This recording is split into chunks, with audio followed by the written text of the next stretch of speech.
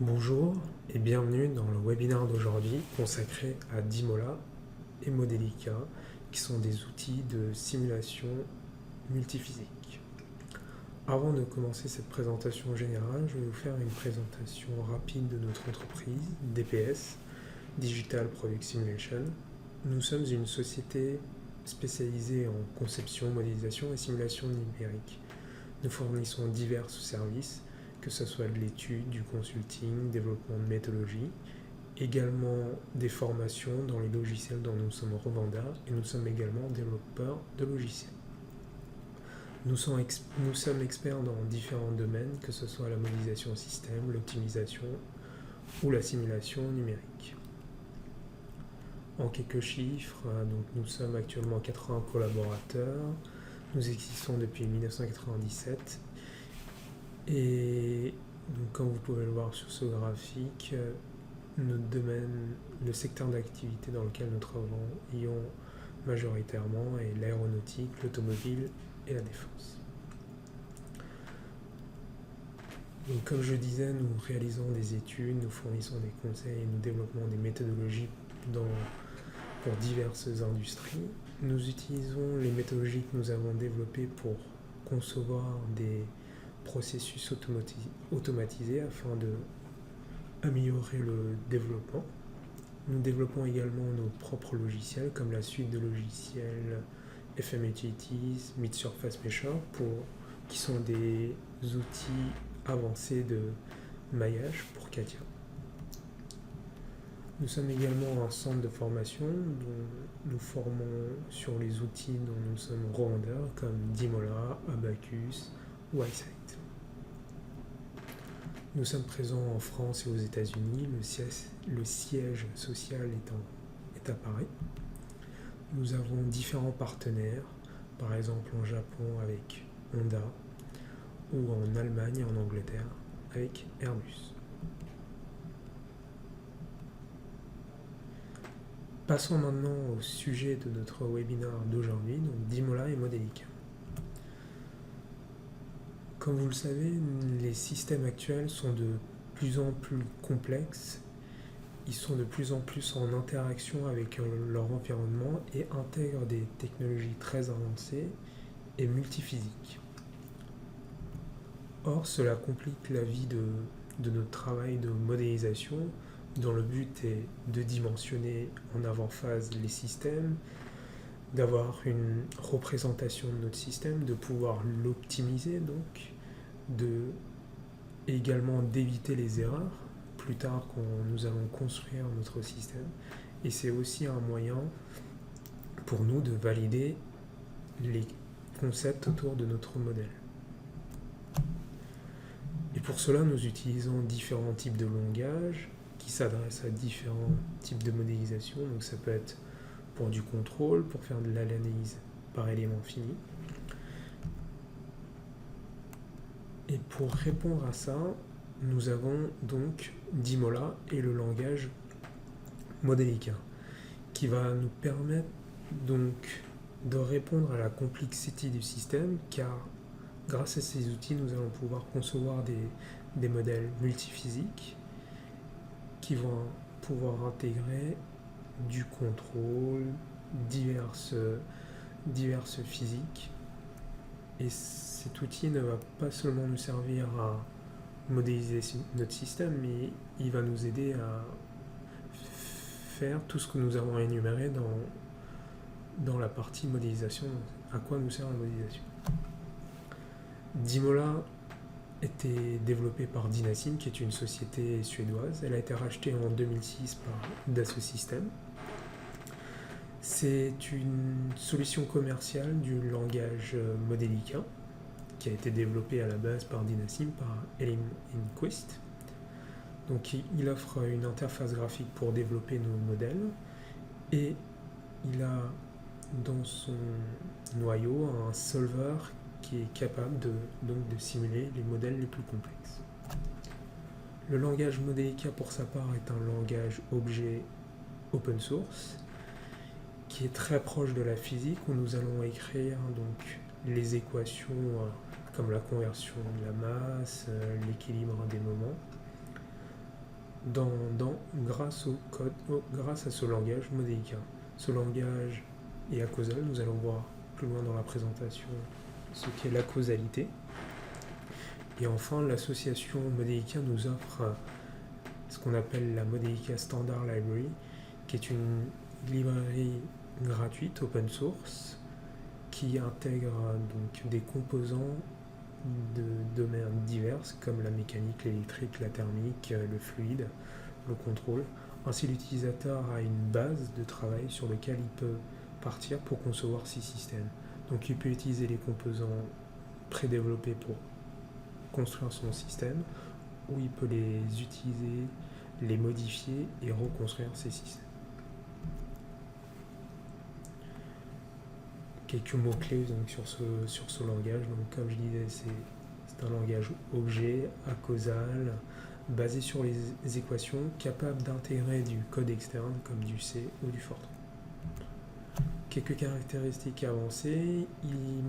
Modelica permet non seulement de faire des systèmes continus, mais également des systèmes discrets. On peut par exemple utiliser des machines d'état. Il intègre également la possibilité d'écrire des algorithmes, donc d'avoir des modèles procéduraux.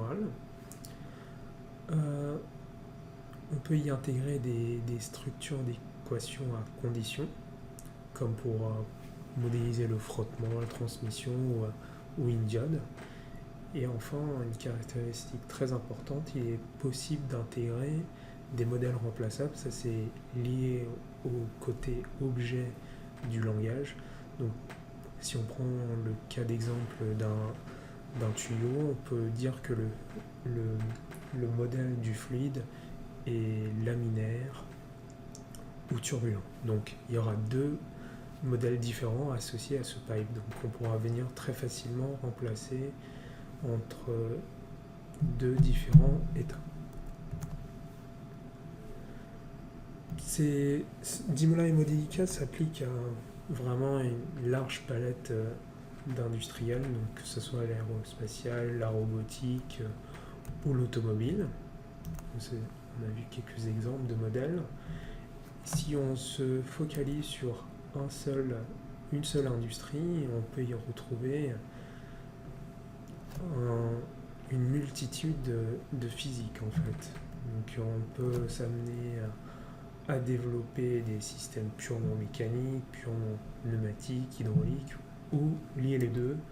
Donc si on regarde l'automobile, on peut être amené à développer la chaîne de traction, la boîte de vitesse, le système hydraulique, le système de climatisation, très important aussi pour le confort des passagers, système de refroidissement, et la commande bien sûr dans la voiture.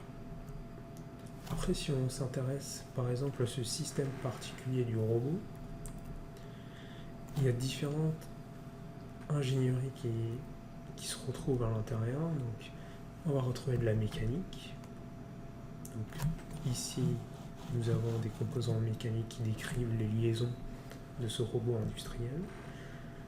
On y retrouve également des composants électriques et du commande. Donc voilà ici le détail des modèles. Et là, si on peut voir par exemple le détail d'un composant unitaire, la résistance. Donc on retrouve cette équation physique de la tension égale l'intensité fois la résistance. Donc comme je le disais, Modelica est très proche de la physique, on écrit directement les équations de la physique. Et donc ce système représente environ 1000 équations et on arrive très facilement à le concevoir dans Dimola en utilisant donc les fonctionnalités du langage Modelica qui nous permettent de faire des différentes briques. Ces briques ont rapport avec un domaine de physique particulier, donc mécanique, électrique, et on peut les faire communiquer ensemble pour arriver à un système donc complet. Voici une liste de clients donc de Dimola dans le monde. Donc on y retrouve des clients de l'aéronautique, de l'automobile, de l'énergie aussi, donc comme EDF, Ford, Airbus, Boeing. Il y a également une liste de partenaires et de distributeurs de ce logiciel dont nous faisons partie. Et nous allons voir donc des librairies de certains des partenaires comme Modlon ou DLR plus tard dans la présentation. Nous, actuellement en France, nous avons divers partenaires industriels, que ce soit l'IFP, le CEA, EDF, Alstom, Liebherr ou Airbus. Nous sommes également partenaires d'universitaires et de centres de recherche en France, dont nous sommes également revendeurs d'Imola, comme par exemple Armin, l'INSA, le CNRS, le CSTB. Nous allons maintenant passer en revue quelques caractéristiques du logiciel d'Imola et du langage Modelica. Pour commencer, alors, petite explication sur la définition d'un composant. Comme je vous l'ai dit, le langage Modelica est très proche de la physique. Donc on va retrouver dans un composant ces équations physiques qui le définissent. Là, par exemple, l'inertie ici. Donc il y a deux parties. À la première partie, on va définir les paramètres et les variables qui caractérisent le composant. Et une deuxième partie où on va définir les équations. Donc là, on retrouve par exemple la deuxième loi de Newton. Et ce qui est intéressant de noter, c'est que dans Modelica, pour écrire les équations, il n'y a pas de restriction. C'est-à-dire qu'on peut écrire expression égale expression. Alors qu'il y a certains langages, si ce n'est la plupart, où il faut écrire variable égale une expression. Donc là, c'est déjà une première grande différence et c'est un avantage. Ça nous permet de facilement écrire nos équations et d'obtenir nos composants. Ensuite, dans Dimola, on va utiliser ces composants qui ont été codés en Modelica pour les insérer et puis les connecter ensemble pour former un système.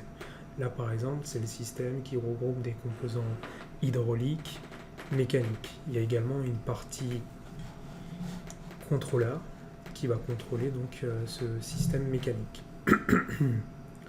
Chaque composant est représenté par un icône.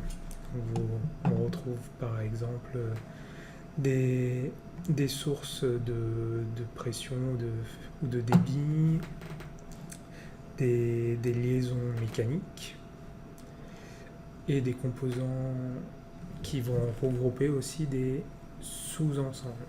Là, on peut imaginer que ce composant, à l'intérieur, il y a un sous-ensemble mécanique.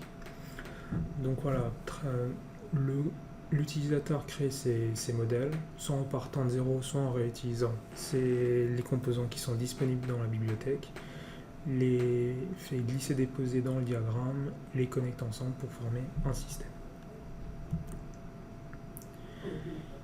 Et cela, donc, ça nous amène à la notion de langage objet. Pourquoi? Comme je vous ai dit, un composant, ça peut être unique et il peut y avoir que des équations à l'intérieur.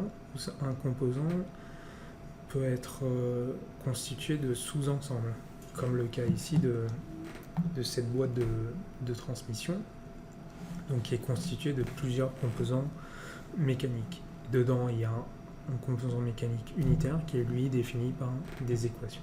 Donc cela est réalisé grâce à cette notion de langage orientation objet. Chaque composant est identifié par un icône, ainsi l'ingénieur peut très rapidement comprendre le schéma d'un modèle et comprendre ce que fait le système. Et chaque composant va représenter un phénomène physique, là, par exemple une résistance électrique, une masse, un tuyau, etc. Les lignes qui se trouvent entre deux composants représentent le lien physique, le couplage physique entre ces deux composants.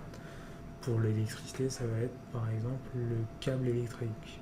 En mécanique, ça va être une poutre rigide. Donc voilà, et ce lien est fait entre ce qu'on appelle deux connecteurs, ce sont les interfaces de chacun des composants, et ils permettent de définir l'interaction entre les objets qui sont reliés. Donc voilà pour donc, la notion de définition de composants, la création de systèmes et la notion de cette modélisation orientée objet. On va passer à une autre notion qui est la causalité ou la causalité dont je vous avais parlé au début quand je décrivais le langage modélicain. Simplement pour l'expliquer, je vais prendre un exemple. Prenons par exemple y égale a plus b. Dans le cas d'un langage causal, le solver va avoir besoin de a et b pour résoudre ou pour calculer y. Dans le cas d'un langage acausal, on aura besoin que de deux variables parmi les trois pour pouvoir calculer la dernière. Ça veut dire que c'est beaucoup plus flexible. Le solver va utiliser ce dont il a à sa disposition pour pouvoir calculer le reste et pouvoir résoudre le système entier. Et cela aide grandement en fait si on compare deux langages, un langage acausal et acausal. Là c'est le cas d'un modèle qui représente un moteur. Ce moteur, on le modifie pour qu'il puisse permettre d'étudier les effets de vibration sur l'arbre. Donc, dans le cas du langage acausal, on a rajouté donc un composant masse ressort, amortisseur ressort pour étudier donc ces effets de vibration. On voit que là, il y a un seul composant qui a été rajouté. Dans le cas d'un langage causal, il a fallu apporter une grande modification pour pouvoir faire cette étude. Donc la causalité permet de s'affranchir en fait de complexité de modélisation d'un système. Elle permet aussi d'utiliser un même composant pour plusieurs choses. Par exemple, le cas d'un moteur, il va à la fois être moteur et générateur. Et dans le cas de Dimola, du langage modélicain, on utilise le même composant pour faire ces deux phénomènes différents, on va dire. Donc dans un premier cas, on applique une tension constante, donc on retrouve le moteur. Ce moteur transmet son énergie mécanique via des composants mécaniques à l'autre composant qui est le même et qui lui maintenant devient un générateur parce qu'il va utiliser cette énergie mécanique pour fournir une tension. Là on retrouve le résultat de cette simulation. Donc la causalité permet d'avoir des modèles plus simples, de pouvoir réutiliser des modèles sans avoir à remodéliser le même composant pour un comportement différent. On peut également servir de la causalité pour faire par exemple du contrôle avec des modèles inverses. Donc on va inverser le modèle, on va appliquer ce qu'on voudrait obtenir en sortie et on va ainsi récupérer ce qu'on doit appliquer en entrée pour obtenir cette sortie. Donc voilà, la causalité permet de faire ce genre de choses. Une autre particularité de Dimola, c'est qu'il possède un solver symbolique, donc qui va nous permettre en fait de résoudre des systèmes complexes. Pourquoi ? Alors, je ne vais pas m'attarder sur la théorie, je vais directement résumer un peu cette notion de manipulation symbolique. Donc le solver va en fait venir récupérer toutes les équations et les variables qui sont dans notre système, va les analyser et va en réduire le nombre. En réduisant le nombre, il va donc augmenter donc la rapidité de simulation de notre modèle. Il va réduire le temps de simulation. Si on prend par exemple un exemple de la librairie Modelica, on a ce modèle qui à la base a 13 équations et après réduction se retrouve à 4 équations. Cet exemple n'est pas très pertinent parce qu'il ne va pas y avoir d'impact direct sur le temps de simulation, mais si on prend par exemple le cas d'un modèle de véhicule complet avec partie moteur, une partie sur la boîte de vitesse, une partie hydraulique, qui va avoir 250 000 équations avant réduction. On va se retrouver avec 25 000 équations à la fin de la réduction. Donc là, on a vraiment un apport en termes d'accélération de simulation, c'est-à-dire qu'on a réduit par 10 le nombre d'équations. Et du coup, le système va être plus facile à être résolu par le logiciel. Avant d'aller plus loin, on va passer à une petite démo où je vais présenter globalement l'interface de l'outil. On va simuler quelques modèles. Voici donc Dimola. On se retrouve sur la fenêtre principale, dans la partie modeling. On verra simulation juste après.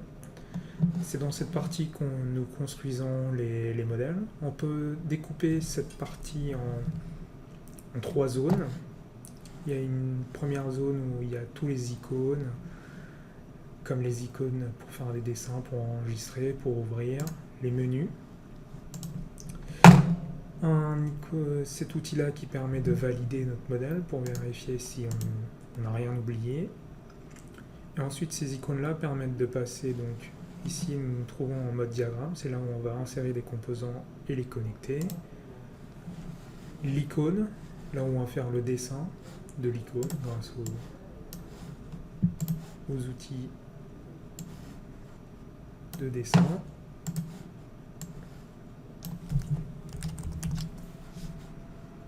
Voilà. Il y a également une page dédiée à la documentation, donc vous pouvez documenter vos modèles, et les modèles qui sont disponibles dans les librairies sont tous documentés. Et enfin, la dernière partie, c'est la partie équation, c'est qu'on est un peu plus expert, on est un peu plus à l'aise avec le langage modélique. Donc voilà. Deuxième zone, c'est la zone où il y a la bibliothèque. Là, par exemple, il y a la bibliothèque Modelica. Donc avec ces nombreuses bibliothèques rangées par domaine physique. On peut rentrer dans les sous-dossiers, dans les sous-packages, pour aller voir les composants qu'il y a, et ils sont rangés. Si on double-clique dessus, Commodore Info, il y a les infos, il y a des user guides, des tutoriels, etc. Donc il y a toutes les infos pour bien démarrer avec Modelica et Dimola. On va aller voir un exemple. L'exemple du robot qu'on avait vu un peu pendant la présentation. Donc, vous avez les différents composants qui le composent. Ici, les lignes, c'est les connexions. On voit les interfaces en bus. Donc ça, c'est la partie modélisation. On va passer maintenant dans la partie simulation. On va simuler ce modèle. On peut configurer la simulation, lui donner un temps de démarrage, un temps d'arrêt, choisir l'algorithme qui va résoudre la simulation. Vous avez différents paramètres que vous pouvez venir faire varier pour si votre modèle ne converge pas. Bien sûr, il y a d'autres fenêtres, d'autres onglets pour venir configurer Dimola. La dernière est très importante, elle concerne le FMI qui est un standard d'échange. Je vais vous en parler un peu plus tard dans la présentation. Enfin, vous avez la possibilité de tracer des graphiques. Voilà, vous avez des fenêtres de graphiques, vous pouvez en mettre autant que vous voulez, vous pouvez les diviser. Et on va simuler maintenant. Alors, ce que Dimola fait quand il simule, c'est qu'il compile déjà le modèle. Donc, il va compiler le langage Modelica en code C. Donc, on lui demande de compiler le modèle. Il est en train de compiler.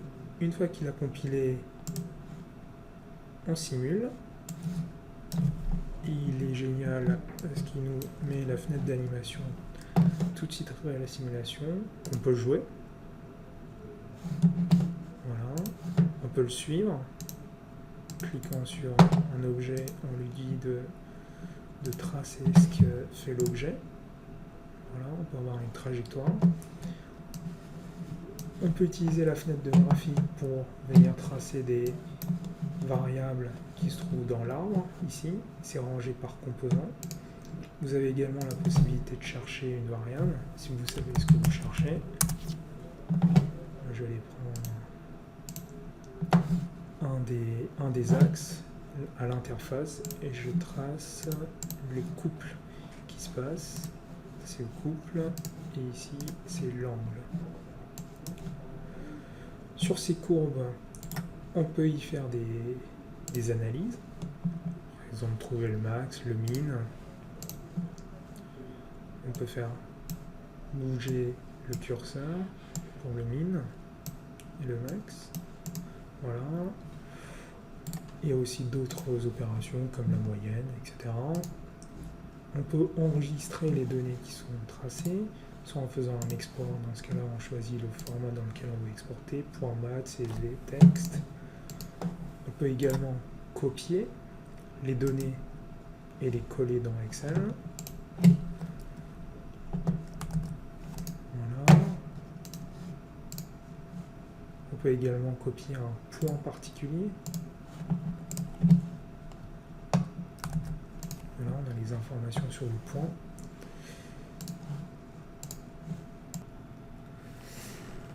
Vous avez également la possibilité d'utiliser des outils d'analyse un peu plus poussés qui permettent de linéariser les modèles, par exemple, ou tracer des bots. Maintenant, nous allons construire un modèle. Pour cela, on va utiliser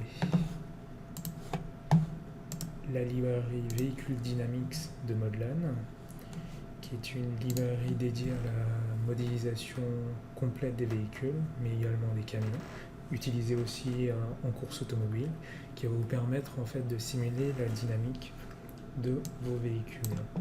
Vous avez la possibilité de modéliser vraiment toute l'architecture du véhicule, partant des pneus, du châssis, le conducteur, le moteur, tout, vraiment tout. Pour cela, on va utiliser templates qui sont mises à disposition. Donc ça c'est un truc qui est fait grâce au langage Modelica, grâce au modèle remplaçable. Et aussi à la notion de langage objet. C'est-à-dire qu'on peut venir modifier les différents objets d'un système. Donc quand on a un template, l'utilisateur a juste besoin de venir modifier les composants parce que l'architecture est fixe. Donc je viens mettre mes différents composants. Ce n'est plus du glisser-déposer parce que l'outil va directement chercher les composants que l'utilisateur peut mettre et ensuite il choisit ce qu'il veut mettre. Finir par le véhicule. Voilà. Hop. Voilà. Je vais aussi montrer comment on rajoute un composant de la librairie. On va rajouter double lane change. On fait un glisser-déposer de la librairie et on fait la connexion, soit en faisant la ligne entre le triangle blanc et le bleu, soit depuis quelque peu, Dimola fait des connexions automatiques quand on rapproche deux connecteurs l'un à côté de l'autre, parce qu'il reconnaît les connecteurs de même nature. Pour paramétrer un composant, on double-clique dessus et on vient rentrer les différentes valeurs des paramètres. Voilà.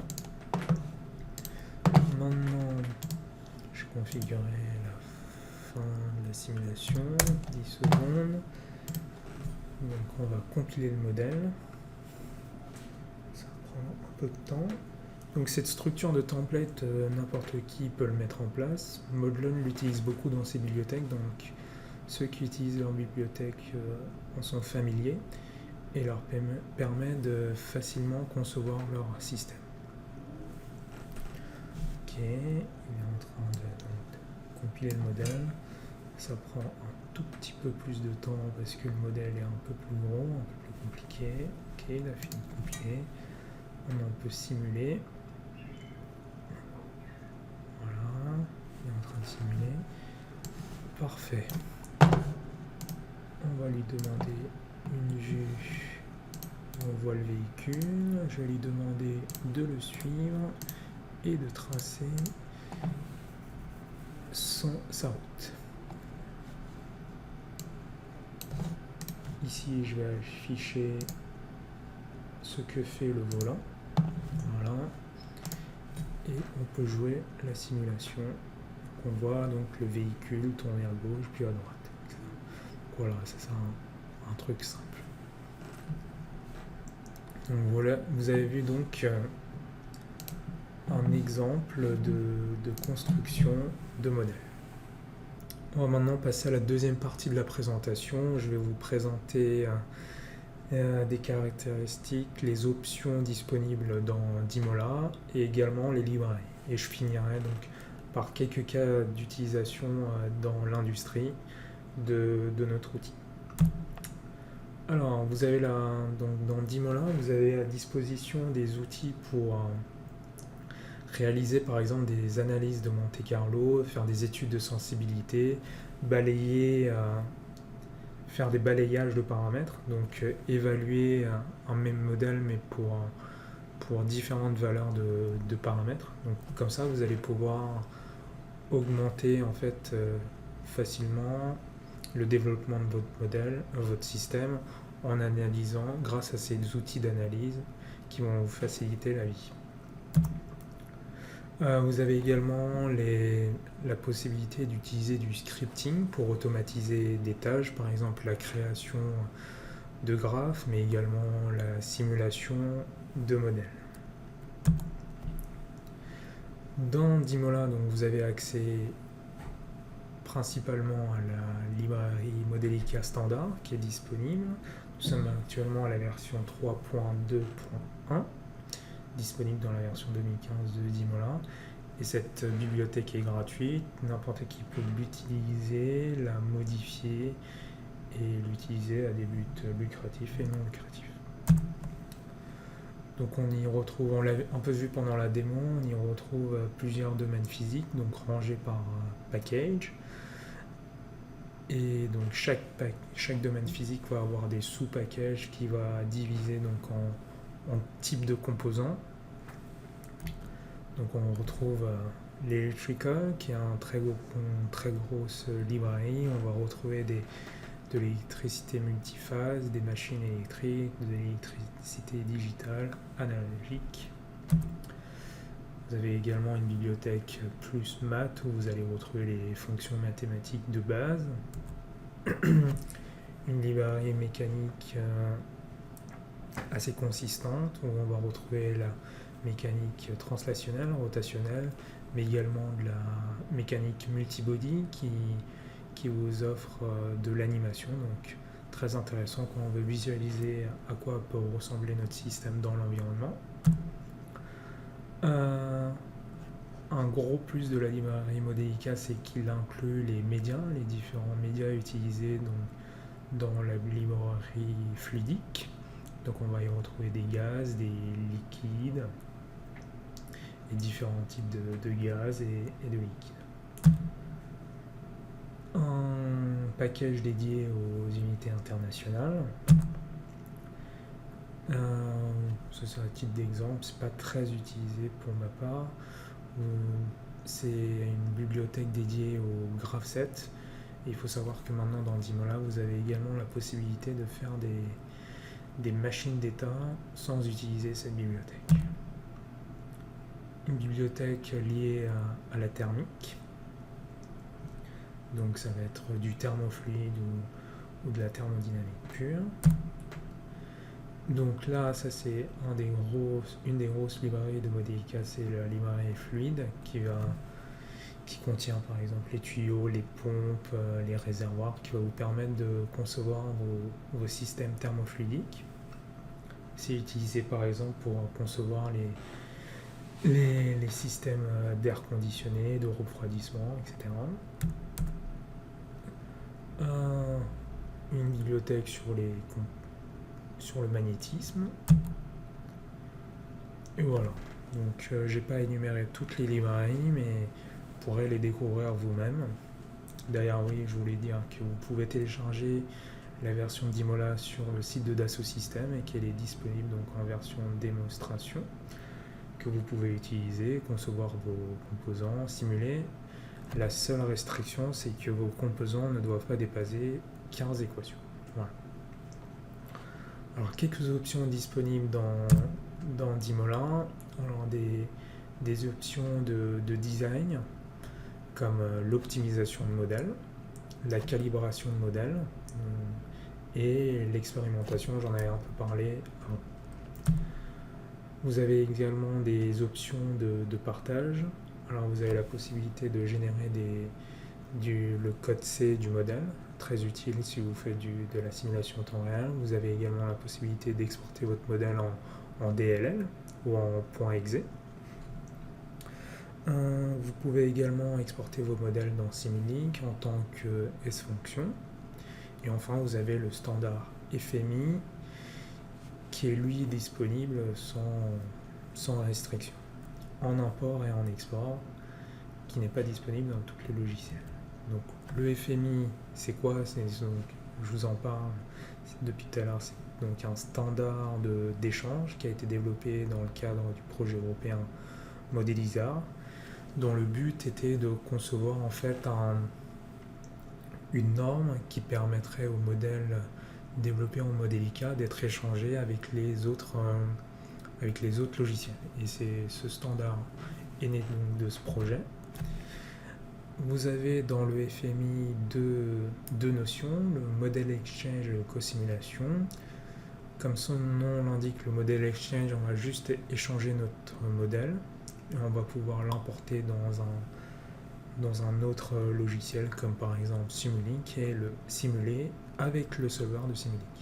La différence avec la co-simulation, c'est que dans co-simulation, quand on va exporter notre modèle de Dimola, il va également intégrer le solver de Dimola. Du coup, quand on va l'importer par exemple dans Simulink, il ne va plus utiliser le solver de Simulink, mais il va utiliser le solver de Dimola qui est déjà inclus dedans. C'est pour ça qu'on appelle ça co-simulation, parce que la co-simulation, c'est simuler donc deux modèles différents avec deux serveurs qui viennent de l'environnement dans lequel ils ont été développés. Donc voilà, actuellement dans Dimola sont disponibles la version 1 et 2 en import et en export, que ce soit en modèle exchange ou co-simulation. Et ils supportent le 32 et le 64 bits, à condition d'avoir un compilateur 64 bits, bien sûr. Dans les librairies commerciales, il y en a une vingtaine disponibles pour Dimola. Et vous avez également les librairies open source qui sont disponibles sur le site de modelica.org, sur l'association. Donc les principaux développeurs de librairies sont Modlon, DLR et l'Institut technologique d'Autriche. Donc on a des librairies qui touchent vraiment à tous les domaines, que ce soit l'air conditionné, la pneumatique, l'hydraulique, la dynamique des véhicules, la conception de véhicules électriques, réalisation de modèles mécaniques à corps flexibles.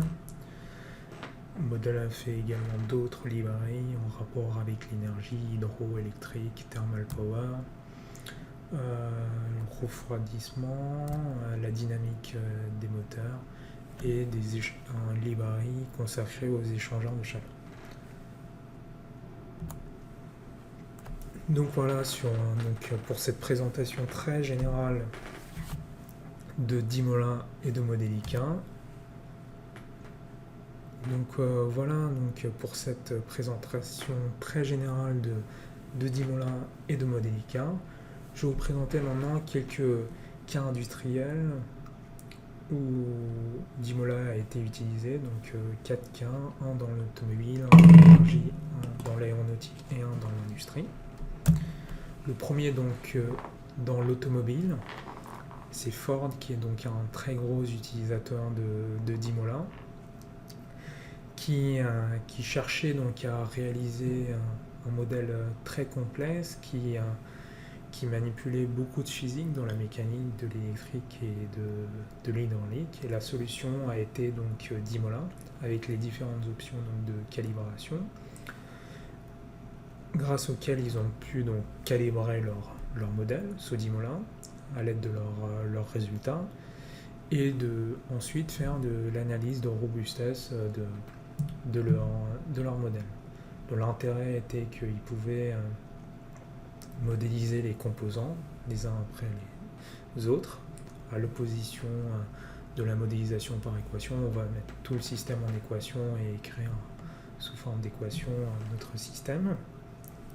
Là c'est plus simple, c'est plus lisible, l'ingénieur qui simule comprend mieux ce qu'il fait. Et l'autre intérêt, c'était qu'ensuite on pouvait connecter ce modèle avec le système global, par exemple, du véhicule, par exemple, le démarrage du véhicule. Donc voilà pour l'automobile. Un autre exemple d'automobile, donc ça vient de BMW, qui cherche à simuler la transmission automatique hydraulique et mécanique. Donc le challenge était de raccourcir le temps de développement et de concevoir un système dont la complexité était croissante à cause de l'intégration du système de contrôle. Et cela n'était pas possible, c'était difficile parce que la dépendance entre les systèmes ne les permettait pas de les simuler séparément. Donc c'est là où Dimola est intervenu. Ils n'ont pas eu besoin de développer de construire de prototypes grâce à la modélisation qu'ils ont pu faire dans Dimola.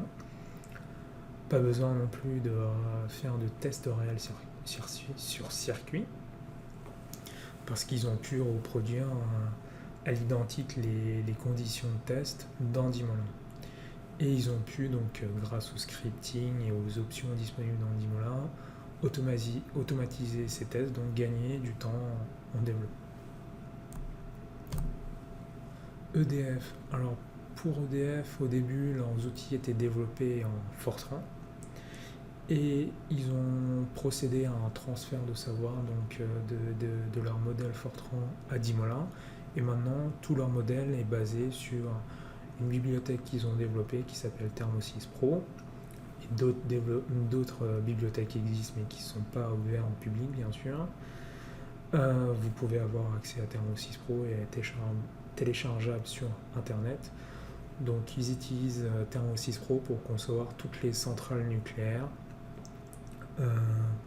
et tous les modèles donc, thermiques qu'ils ont besoin de modéliser pour développer leur système.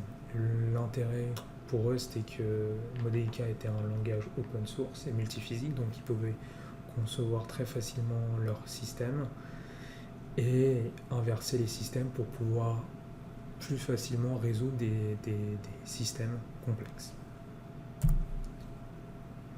Dans le domaine de l'aéronautique, il y a Airbus qui utilise donc Dimola pour concevoir leur train d'atterrissage.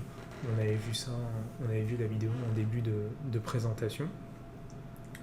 Donc il y a de multitudes de physique dans ces composants. Il y a également du contrôle. Et la force de Modelica et de Dimola dans cette modélisation, c'était un modèle, donc un outil unique pour modéliser plusieurs physiques. Et grâce à la causalité, ils ont pu réutiliser des composants. Donc ils ont réduit leur temps de développement et de modélisation. Là, c'est une bibliothèque donc, qui est sortie très récemment par le DLR, qui nous permettent donc d'évaluer la dynamique en vol des avions. Donc on peut concevoir un avion complet comme avec véhicule Dynamics. Et un dernier exemple, donc lui un peu plus industriel, c'est Tetra Pak, donc qui voulait modéliser toute leur chaîne qui permet d'empacter les briques de lait tout en prenant en compte les systèmes de contrôle. Donc ils cherchaient un outil pour le développement et l'amélioration, afin d'améliorer leur système.